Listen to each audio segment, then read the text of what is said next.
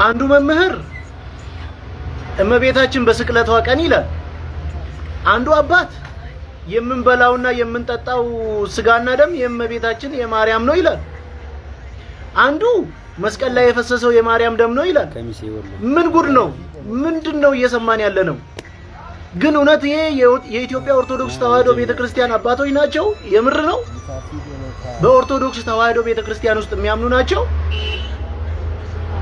እኔ በጣም ግራ እየገባኝ ነው። ምንድነው እየሰማን እያየን ያለ ነው? በዘመናችን ምን እየሆነ ነው? እስቲ አንድ ቪዲዮን ስሙልኝ።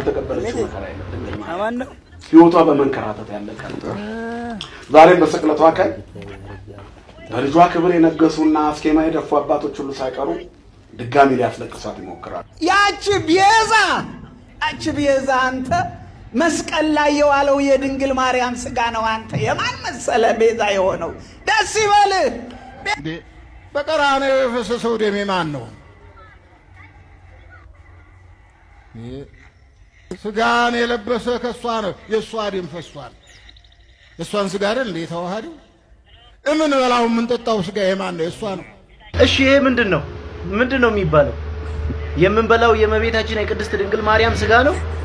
በዕለተ ዓርብ የነበረው ስቅለት የቅድስት ድንግል ማርያም ስቅለት ነው። መስቀል ላይ የፈሰሰው ደምስ የእመቤታችን የቅድስት ድንግል ማርያም ደም ነው። ምንድነው እየሆነ ያለው? የእውነት እኔ ግራ ገብቶኛል። ምንድነው እየሆነ ያለው? ኧረ ተው፣ ወዴት እየሄድን ነው? መልስ እንዲሰጥበት እንፈልጋለን።